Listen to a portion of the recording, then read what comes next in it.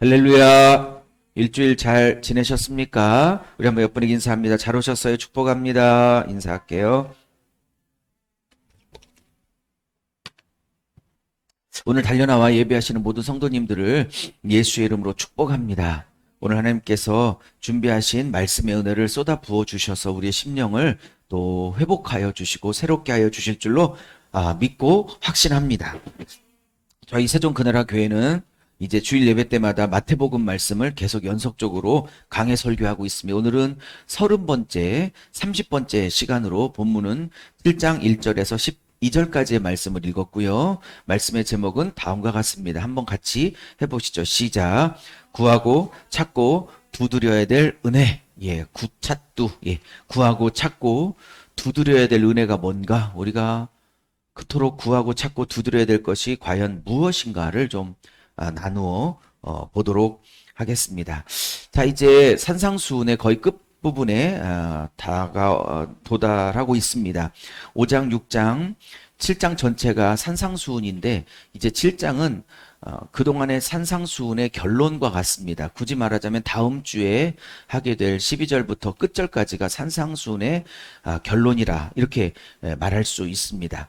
이제 우리 5장부터 주님은 심령이 가난한 자는 복이 있다 이렇게 시작하셔서 결국 5장은 원수까지 사랑하는 것이 그리스도인의 삶의 자세가 마땅하다 라고 원수 사랑을 5장에서 말씀하셨고 6장에서는 사람의 영광을 구하지 말고 하나님의 영광을 구하는 것이 그리스도인의 삶이다 라고 말씀하셨고 또 6장 두 번째 부분에서는 하나님의 나라와 하나님의 의를 구하는 것이 그리스도인의 마땅한 삶이다 라고 그리스도인의 삶의 마땅한 자세들을 지금 계속 가르쳐 주고 계신 중입니다. 이번 주와 다음 주면 이제 5, 6, 7장 산상수훈이 끝나고 이제 8장부터는 또 예수님께서 병을 고치시는 이야기, 사건이 흘러나오기 때문에 좀 덜 딱딱하지 않을까 이런 생각을 하게 됩니다. 자, 오늘은 이제 주님께서 그리스도인의 삶의 자세 중에 이제 결론 부분으로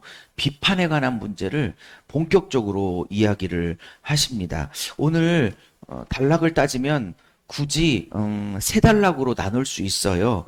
7장 1절부터 5절까지는 비판하지 말라. 그 비판하면 너희들이 똑같은 비판을 받게 될 것이다.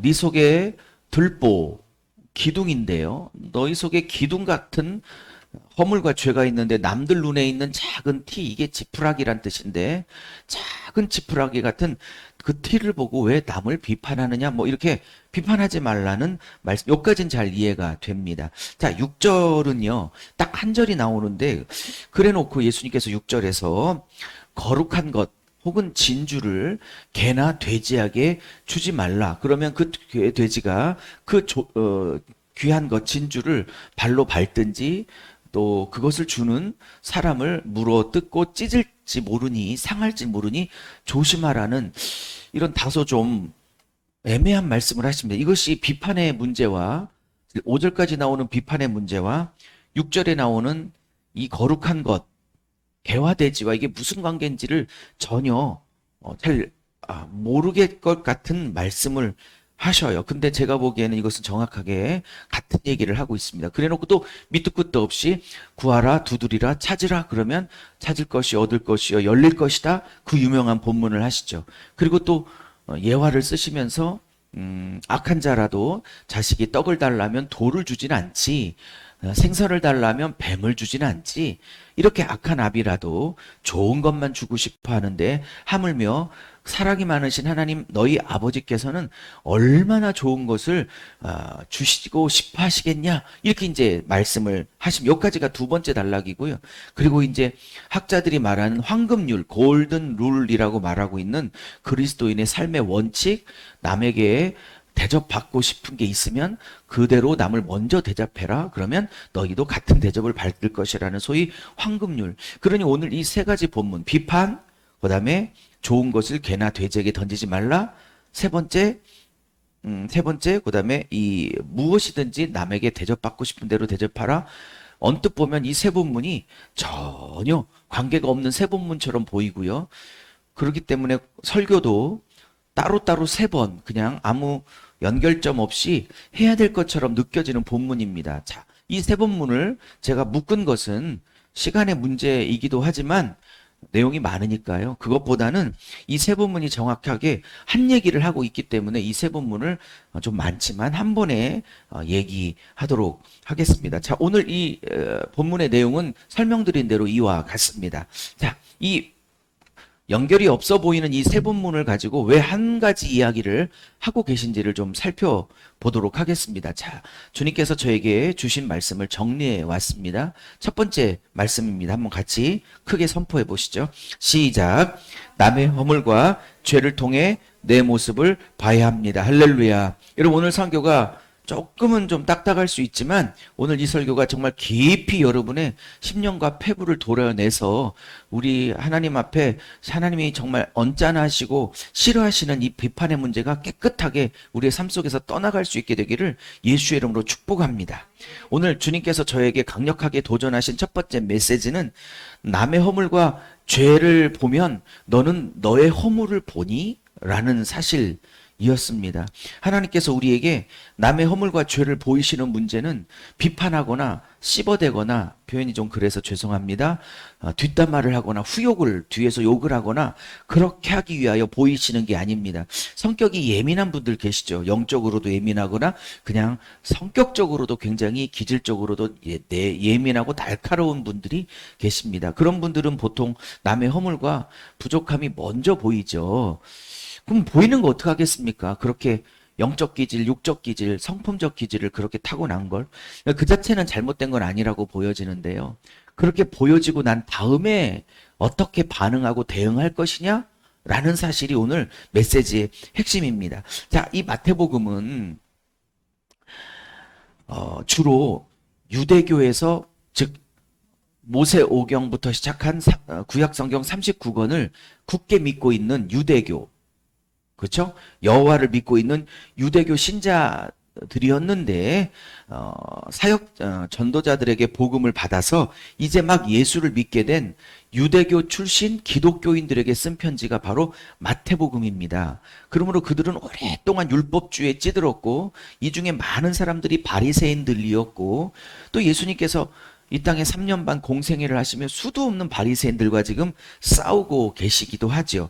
그러므로 오늘 비판하지 말라라고 하고 있는 건 지금 유대교 출신 기독교인이거나 아직 예수를 믿지 않고 있는 유대인들, 바리새인들을 향한 염두를 두고 하신 말씀이라고 추정할 수 있습니다. 바리새인들의 가장 큰, 넘겨주세요. 바리새인들의 가장 큰 문제는 남을 향한 비판이지요. 왜냐하면 왜 남을 그렇게 바리새인들이 또 비판을 하냐면, 또 우리가 그렇게 남을 비판하는 이유는 결국 나는 저 사람보다 낫다라는 거거든요. 나는 의롭고 남은 의롭지 않다라는 교만이 비판의 근본적인 원인입니다. 이 비판을 많이 하는 사람들의 그 동기를 찾아보면 나는 안 그래, 나는 저 사람보다는 의롭고 선해, 나는 그래도 저 사람보다는 괜찮은 사람이야, 말로는 하지 않지만 비판하는 사람들의 그 심리에 그것이 깊이 깔려 있다고 어느 책에서 제가 본 적이 있어요. 제가 그 책을 읽으면서 너무 동감을 했어요.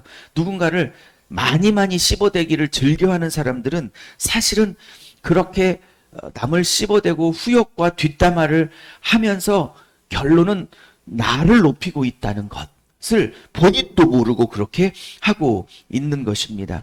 여러분, 제가 이런 말을 썼는데 진짜 은혜는요, 정말 하나님의 은혜가 오면 다른 사람의 허물과 죄를 보이기보다 진짜 하나님의 은혜가 오면 나의 허물과 나의 부족을 하나님이 자꾸 보이십니다.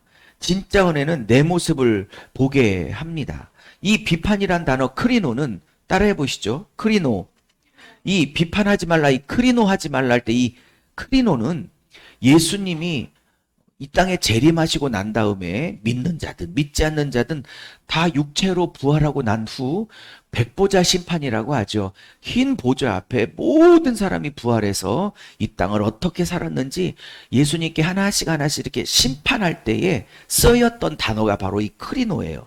이게 그러므로 제가 써왔는데 20장 계시록 20장 12절에 보면 크리노란 단어가 나와요. 뭐 다 읽진 않겠지만 죽은 자들이 자기 행위를 따라 책들에 기록한 대로 심판을 받다 할 때, 이게 예수님 재림 후에 백보자 심판을 얘기하는데, 이게 심판을 받고 할 때 크리노란 단어가 쓰였어요. 근데 오늘 이 크리노가 언제 쓰였냐면 7장 1절에 우리 보고 비판하지 말라. 그러면 비판을 크리노 받을 것이다. 이렇게 지금 쓰이고 있다는 말입니다. 여러분, 제가 하고 싶은 말은 뭐냐면, 내가 남들의 허물과 죄악과 부족함을 봤을 때 크리노 하기 시작하면 그게 예수님이 백보자 심판 재림 때에 하셔야 될 일들을 내가 대신하고 있다는 월권을 의미하고 있다는 것입니다. 두 번째, 비판하지 말라. 비판을 받을 것이오라는 것은 너 비판하면 그 비판 남들한테 똑같이 받을 거야라는 의미뿐만 아니라, 물론 당연히 그런 의미가 있어요. 또 두 번째 의미는 뭐냐면, 계시록 20장의 말씀과 연결해 보면, 네가 너 비판하면 네가 했던 그 기준 그대로 나도 백보자 심판 때 네가 했던 그대로 너에게 돌려줄 거야라는 백보자 심판의 의미도 갖고 있는 거예요. 그러니 비판하지 말라, 비판을 받을 거라는 건 두 가지 의미가 다 있는 거예요. 그 비판을 그대로 남들에게도 받을 것이라는 것이고, 여기서 남은 또 예수님의 재림 때에 예수님께서 너를 똑같은 잣대로 너를 비판하게, 크리노, 심판하게 되실 거라는 겁니다. 사랑하는 여러분, 이 비판의 죄와 피 흘리기까지 싸워야 할 줄로 믿습니다. 이 후욕의 죄, 뒷담화의 죄, 비판의 죄, 판단의 죄는 궁극적으로 내가 의롭다는 자기 교만에서, 자기 의에서 출발하는 거기 때문에 정말 싸워야 될 죄입니다. 우리는 입만 열면 판단하고, 입만 열면 비판하고, 그 사람 없을 때 후욕하고 뒷담화를 하고, 이거 하나님이 정말로 정말로 싫어하시는 거죠. 자, 근데 성경에는 분별하라는 말씀을 하고 계십니다. 자, 그 다음에 제가 분별과 비판에 관해서 얘기를 좀 써왔는데요. 여러분, 분별은 마땅히 해야 될 일입니다. 분별과 비판은 진짜 종이 한 장 차이입니다. 분별과 비판이 종이 한 장 차이기 때문에 정말 조심하셔야 됩니다. 하나님은 우리에게 판단하지 말라고 하시고 비판하지 말라 하십니다. 그러나 하나님 우리에게 분별은 하라고 말씀하십니다. 할렐루야. 하나님이 원하시는 것은 비판이 아니라 분별입니다. 그러면 목사님, 분별과 비판은 뭐예요? 비판은요, 남들의 허물과 죄를 봤어요. 그건 뭐 어떡하겠습니까? 보이는 게. 그게 뭐 나쁜 겁니까? 근데 보이는 걸 어떡하겠어요? 봤는데. 비판은 그걸 가지고 남들을 죄인 취급하고 정죄하고 나쁜 놈 취급하고, 그리고 나는 전혀 그러지 않은 의인인 것처럼 그렇게 하는 것이 바로 비판입니다. 그러면 주님께서 원하시는 비판이 아닌 분별은 뭐냐? 분별은 뭐냐? 상대방의 허물과 죄를 보는 건 똑같아요. 똑같은데 비판은 그것을 이제 정죄나 나의 의로움으로 가기 시작해요. 판단으로 가기 시작한다고요. 그러나 분별은 뭐를 분별이라고 그러냐? 허물과 죄악을, 부족함을 봤을 때 그 허물과 부족함과 연약함과 넘어짐이 나에게도 똑같이 있다는 걸 알고, 나도 형편과 상황이 안 돼서 그렇게 넘어지지 않았을 뿐, 나도 저 사람의 형편과 상황이 됐으면 나도 똑같은 짓, 더 이상의 짓을 할 수 있는 사람이란 걸 너무나 잘 알기에, 그를 도저히 죄인이라 판단할 수 없기에, 나에게도 똑같은 연약함과 죄성과 가능성이 있다는 걸 너무나 잘 알고 있기에, 판단할 수 없기에, 그 모습이 내 모습이기에 그것을 내 모습으로 보는 것이 분별이고, 더 나아가 그 사람의 넘어짐과 허물을 보고 내 죄인 것처럼, 내 부족함인 것처럼 품고 그 사람을 향해서 중보기도 할 수 있는 자리까지 나아가는 걸 분별이라 하는 것입니다. 그러므로 주님은 상대방의 허물과 죄가 보이는 것, 연약함이, 넘어짐이 보이는 것은 어쩔 수 없는 일이지만 그것을 품고 기도하고 정죄하지 않고, 왜냐? 나도 똑같은 가능성을 갖고 있는 자이기 때문에, 나도 형편과 처지가 되었으면 나는 그 이상의 짓을 할 수도 있었던 사람이었기 때문에, 그걸 너무 잘 알기 때문에 오히려 내 문제인 것처럼 품고 기도하고 그 사람을 불쌍히 여겨 중보기도해 주는 것. 할렐루야. 그거를 뭐라고 그러냐? 분별이라 하는 것입니다. 할렐루야. 분별하지 않고 비판하는 근본적인 원인을 주님은 2절, 3절, 4절에 뭐라고 말씀하시냐면 결국 네 눈에는 들보가 있는데 남의 눈에 있는 티가 보인다고 들보 가진 사람이 티 가진 사람을 뭐라 한다고 하는 거예요. 우리의 속담 중에 뭐 묻은 개가 뭐 묻은 개 뭐라고 한다는 속담과 똑같은 것이죠. 이게 헬라어 원문을 보면 남의 눈에 너의 눈에 들보가 있다 할 때 이 들보는 헬라어 원문은 써오진 않았지만 의미는 헬라어 사전에 분명히 기억이 나요. 이건 뭐냐면 너의 눈에 집을 질 때 세우는 기둥을 얘기해요. 우리나라로 말하면 뭐 철제 빔 구조? 빔 같은 거 큰 기둥 있죠?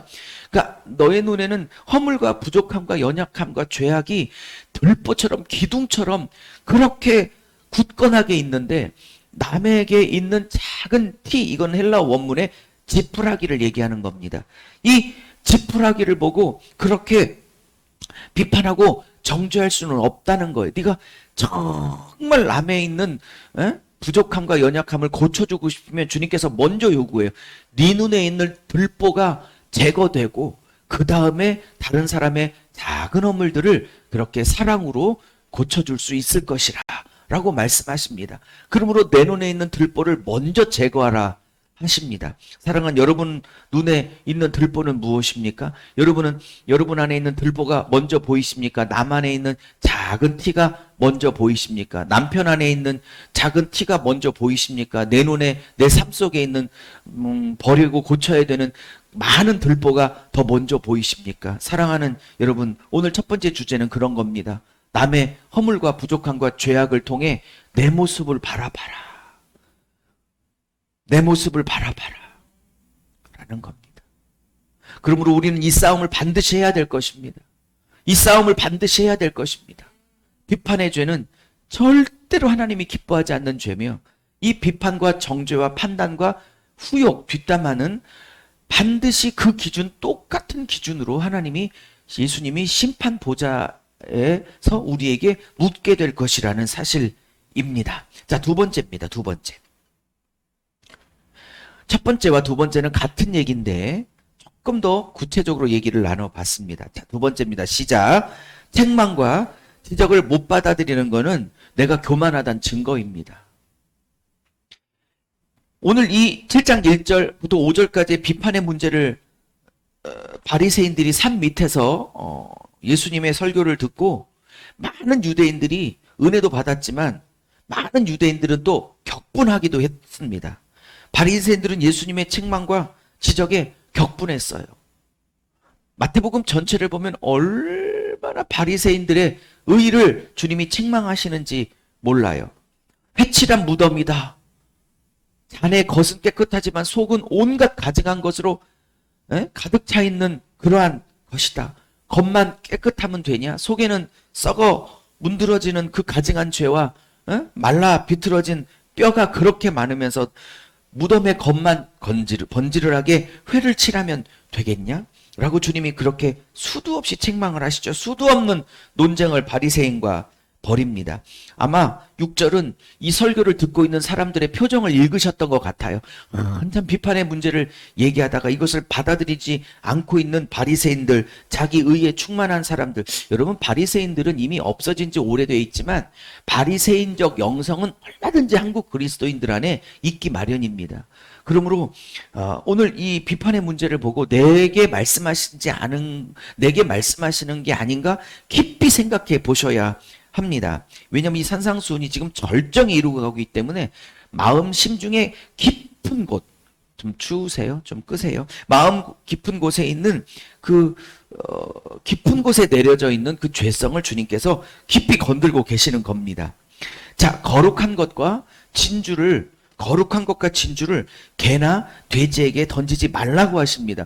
이게 5절까지 비판의 문제랑 무슨 의미가 관계가 있을까요? 이걸 던져주면 그 진주를, 그 거룩한 것을 발로 밟든지 아니면 그 주는 너희를 찢어 몸을 상하게 할 것이 염려된다고 하시면서 그런 거룩한 것과 진주를 이런 개돼지 같은 사람들에게 주지 말라고 합니다.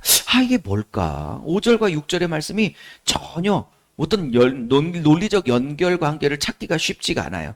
가만히 가만히 잘 살펴보면 사실은 한 얘기를 하고 있는 것입니다. 바로 지금 거룩한 것 진주를 받지 못하고 발로 밟아버리고 막 그걸 주는 사람을 상하게 하고 해를 끼치는 사람은 바로 무엇을 얘기하냐면 나를 향한, 자신을 향한 지적과 책망에 대해서 발끈하는 사람들, 조금도 받아들일 수 없는 사람들. 왜 그럴까요? 자기 의가 있기 때문에, 나는 옳기 때문에, 내가 고칠 것이 없다고 생각하기 때문에 라고 말하고 있는 겁니다. 이것이 바로 개나 돼지를 말하는 것이고, 그리고 그들에게 이런 거룩한 것 진주를 주지 말라고 하시는 말씀으로 연결되는 겁니다. 잠언 9장 7절 8절의 말씀이, 제가 말씀을 준비하는데 번개처럼 성광처럼 스쳤어요. 오늘 이런 말씀이 있습니다. 잠언 7장 9장 7절 8절에 거만한 자를 징계하는 자는 도리요 능욕을 받고 악인을 책망하는 자는 도리요 흠이 잡히느니라. 거만한 자 책망하지 말라는 거예요. 8절, 그가 너를 미워할 거라는 거예요. 그게 두렵다는 거예요, 성경에. 그럼 누구를 책망해야 돼요? 그러면 누가 책망을 듣고 지적을 듣고 자기를 고치고 새롭게 하고 겸손하게 할 수 있어요? 그것은 지혜 있는 자를 책망하면 그는 너를 사랑하리라 라는 말씀입니다. 이 말씀이 아마 이 개와 돼지에 관한 말씀과 연결해 줄 수 있을 거라고 저는 생각합니다. 사랑하는 여러분, 책망과 지적은 아무나 받는 게 아니에요. 이거를 받을 준비가 돼 있는 사람만 책망과 지적을 받을 수 있는 겁니다. 사랑하는 여러분, 한번 보십시오. 여러분이 누구에게 그게 뭐 가정이든 혹은 뭐 교회든 아니면 직장이든 누구에게 여러분이 애써 감추고 싶은 여러분의 약점이나 고쳐야 될 부분들을 지적을 받았어요. 근데 굉장히 마음이 아프고 속상하고 막 힘이 들어요. 그럴 때 여러분 어떻게 반응하세요? 반발합니까? 무시하고 맙니까? 지적한 사람하고 싸웁니까? 무시합니까? 미워합니까? 어떻게 반응하십니까? 여러분, 거만한 사람은요, 절대로 못 받아들여요. 오늘 두 번째 주제가 뭐예요? 내가 교만한지 안 교만한지 나는 잘 모르겠어요. 그러면 시금석이 있어요.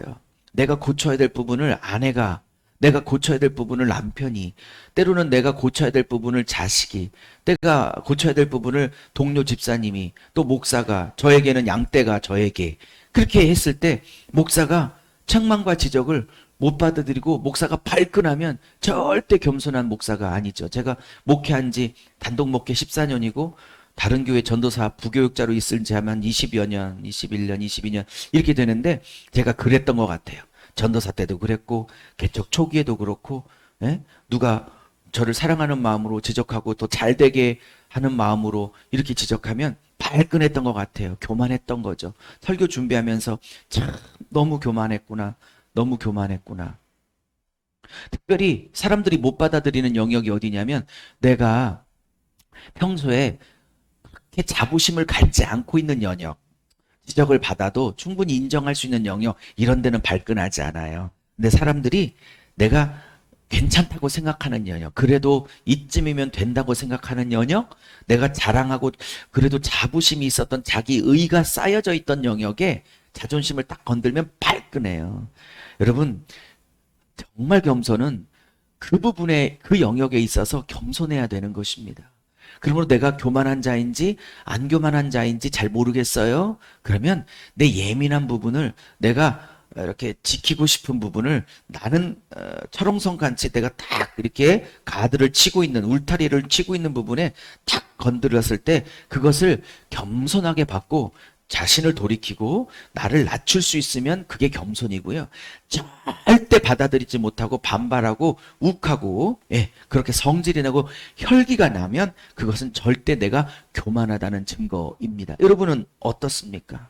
그러므로 그런 사람에게는 절대 8절, 거만한 자를 징계하지, 교훈하지 말래요. 책망하지 말래요. 그가 너를 미워하고 찢을까 염려된다는 겁니다. 주님은 겸손하고 온유하다고 그랬어요. 나는 온유하고 겸손하니 내게 와서 내게 배우라 말씀하셨습니다. 참 겸손한 자는 책망하고 지적할 때 그걸 인정하고 고치려고 하고, 할렐루야, 받아들이려고 하는 자가 겸손한 자예요. 여러분은 성향이 어때요? 저는 또 어떨까요? 책망과 지적을 받았을 때 저는 겸손하게 고치려고 하는 목사일까요? 개척 초기에 절대 안 그랬던 것 같아요. 요즘은 그래 보려고 노력하고 몸부림을 쳐봅니다. 사랑하는 여러분, 여러분은 어떠십니까? 여러분은 겸손하고 온유한 분입니까? 아니면 절대로 받아들일 수 없는 거만한 분입니까? 오늘 이 메시지를 깊이 생각해 보실 수 있기를 예수의 이름으로 축복합니다. 세 번째. 그러므로 사랑하는 여러분, 예수님께서 우리에게 요구하시는 건 큰 일 하라, 어마어마한 11조 하라, 저 같으면 뭐 어마어마한 대형교회를 만들어라, 이걸 요구하는 게 아니라 예수님이 재림하시는 그날 네가 나를 닮아 있는 사람이 되라. 그것이 예수님의 요구이고, 신앙의 핵심은 죽을 때까지 예수님의 모습을 닮아가는 것이기에 큰 거 꿈꾸지 말고 나의 작은 삶 속에서 하나씩 하나씩 버릴 건 버리고 고칠 건 고쳐서 누가 보든 안 보든 삶 속에서 예수의 인격의 향기가 흘러나가게 하는 것. 근데 그것을 가장 많이 방해하는 게 바로 비판의 문제다라는 거예요, 지금. 자, 세 번째입니다. 시작. 내 안에 들보를 볼 수 있는 은혜를 구하시고 찾고 두드리십시오. 할렐루야. 오늘 이렇게 6절까지 비판의 문제를 말해놓고 7절에 갑자기 구하고 찾고 두드리라. 그러면 구할 때 찾을 것이요, 두드릴 때 열릴 것이요, 그렇게 말씀하세요. 그러면서 문맥을 싹 끊어놓고 7절부터 설교하면 이렇게 설교할 수 있어요. 네가 원하는 소원, 네가 원하는 계획 될 때까지 구해. 그거 안 돼? 그럼 또 찾아. 그거 안 돼? 그럼 또 문을 두드려. 삼중 끈질긴 기도를 드려봐. 그러면 네 소원 다 응답이 될 거야. 그러므로 6절까지의 문맥을 다 끊어놓고 그냥 7절부터 완전히 새롭게 생각해서 될 때까지 구해보자. 끝까지 구해보자. 주님도 약속하지 않았냐. 구하고 찾고 두드리면 주님이 다 응답하실 거라고 약속하지 않았냐라고 이렇게 오해하시면 안 되는 거예요. 네 야망과 소원이 될 때까지 때를 써봐라 라는 문장이 아닌 겁니다. 오늘 문맥을 잘 보십시오. 6절까지의 문맥을 끌고 7절을 보면 지금 뭘 구하라는 겁니까? 내 안에 들보를 바라볼 수 있는 은혜를 구하라는 거고, 남들이 내 죄와 부족함과 연약함과 고쳐야 될 것을 책망할 때 그것을 받을 수 있는 온유와 겸손을 구하라는 거고, 남들의 허물과 죄를 봤을 때 그게 내 모습이구나 라고 할 수 있는 이 은혜를 구하고 그걸 찾고 그걸 두드리라고 하는 거지. 아멘. 이해하십니까? 동의가 되십니까? 이거를 다 끌어놓고 하여튼 될 때까지 구해. 안 되면 찾아. 안 되면 두드려. 때를 써. 그러면 하나님이 지겨우스라도 갚아주겠지라고 전혀 예수님의 의도와 관계없이 본문을 해석하기에 딱 좋은 본문이라 얘기하십니다.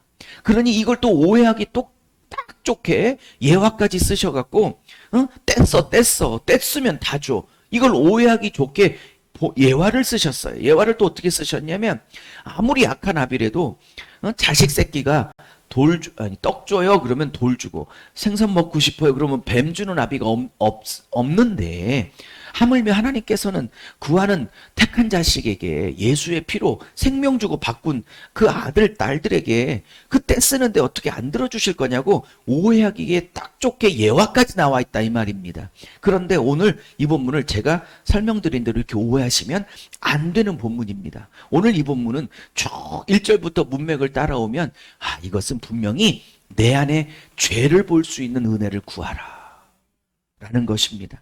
오늘 이때 구하라는 것은 현재형이에요. 그다음에 찾으라는 것도 현재형이에요. 헬라어 시제가. 두드리라는 것도 현재형입니다. 현재형은 현재 일어난 일이 현재형이고 과거 일어난 일이 과거형이다. 이런 얘기가 헬라어 문법은 아니에요. 헬라어 문법에 현재형은 뭐냐면 계속하다라는 뜻을 갖고 있는 거예요. 그래서 뭐를 구해야 돼? 남들의 허물과 죄를 보면 막 손가락질하고 저것 나는 안 그런데 저것 이렇게 하지 말고, 남들의 허물과 죄와 부족함과 넘어짐을 보는 순간 저게 내 죄지. 나도 저럴 수 있지. 나는 더 할 수도 있지. 저를 비판할 수가 없지. 저를 위해서 품고 기도하고 또 그 죄를 통해서 내가 보호되도록 나를 위해서 기도하고, 이런 은혜를 구하고 계속 찾고 할렐루야, 계속 두드리라는 뜻입니다. 할렐루야. 근데 오늘 마태복음에서는 아무리 악한 자식이라도 자식에게 악한 아비라도 자식에게 좋은 것을 주고 싶어 한다고 말하지만 누가복음 12장 죄송해요. 누가복음 11장 13절에는 마태복음에서 말하지 않는 다른 표현을 해요. 이게 뭐냐면 똑같은 예화가 누가복음 11장에 나오는데 끝부분만 달라요. 그러면서 예수님께서 누가복음에서 이렇게 말해요. 너희가 악한 자라도 자식에게 좋은 것을 줄 줄 알거든. 하물며 하늘 너희 아버지께서는 구하는 자에게 좋은 것이라는 말을 성령을 주시지 않겠느냐. 라고 성령이라고 바꿉니다. 결론을 내려볼게요. 그러면 하나님이 우리에게 주시고 싶은 가장 좋은 것은 돈도 아니고 뭐 어떤 물질이나 권세나 명예나 축복 이런 게 아니에요. 물론 하나님이 돈도 주시고 명예도 주시고 자녀 축복도 주실 줄로 믿습니다. 사업의 축복도 주실 줄로 믿습니다. 우리 청년들 직장과 좋은 배우자 만나는 축복도 주실 줄로 믿습니다. 근데 하나님이 그런 좋은 것도 주시지만 하나님이 주시는 가장 최고로 좋은 것은 하나님 자신을 주고 싶어 하신다. 하나님 자신이 가장 주고 싶은 것 중에 최고의 좋은 것이다. 그러므로 하나님은 구하는 자에게 가장 좋은 것을 주고 싶은데 성령을 주시고 싶다는 얘기는 한마디로 말하면 내 자신을 너에게 줄게. 내 자신을 너에게 줄게. 할렐루야. 그러므로 주고 싶은 가장 최고의 좋은 것은 하나님 자신, 성령 그 자체를 주시고 싶어 하신다는 사실입니다.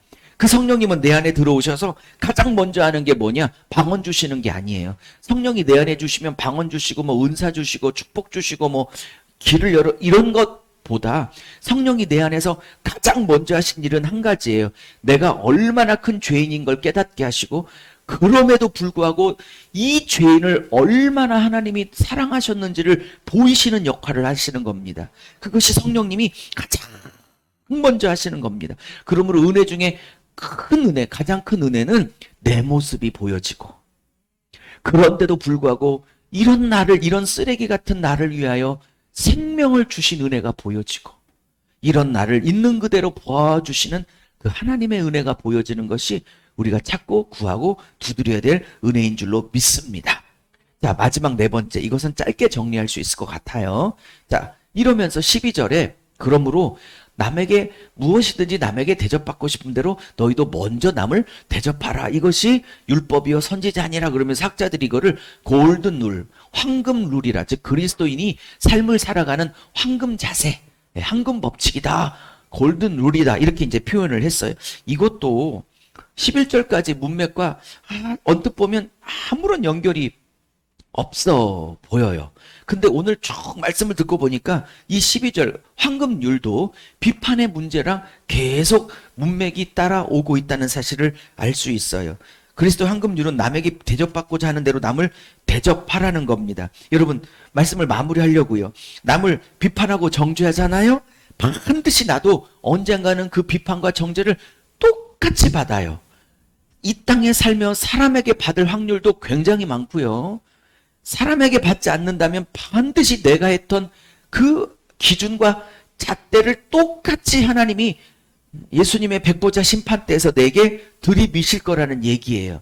그러므로 남을 이해하고 불쌍히 여기면 나도 누군가에게 반드시 나의 허물과 연약함을 이해받고 불쌍히 여김을 받게 될 날이 오게 될 거라는 것입니다. 할렐루야. 사람은 자기가 심은 대로 열매를 거둘 거라고 갈라디아에서 말씀하고 있어요. 내가 남을 향해서 비판하고 정죄하고 원망하고 미움을 심으면 언젠가는 반드시 내가 했던 그 비판과 정죄와 원망과 미움을 반드시 살면서 받게 돼요.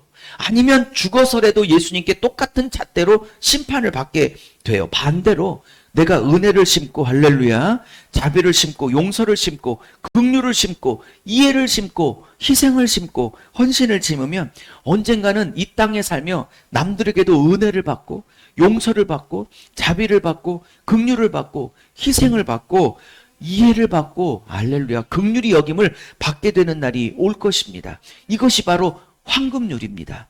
일종의 부메랑이라고 생각했어요. 영적인 부메랑. 여러분 영화나 혹은 여러분 넓은 들판에서 부메랑이 뭔지 아시죠? 탁 던지면 뱅뱅뱅뱅뱅뱅뱅뱅 돌다가 다시 나한테 돌아와서 탁 잡게 되는 놀이 있잖아요. 여러분 그게 부메랑이에요. 내가 은혜를 던지면, 은혜를 심으면 언젠가 돌다가 때가 되면 그 은혜가 나한테 와요.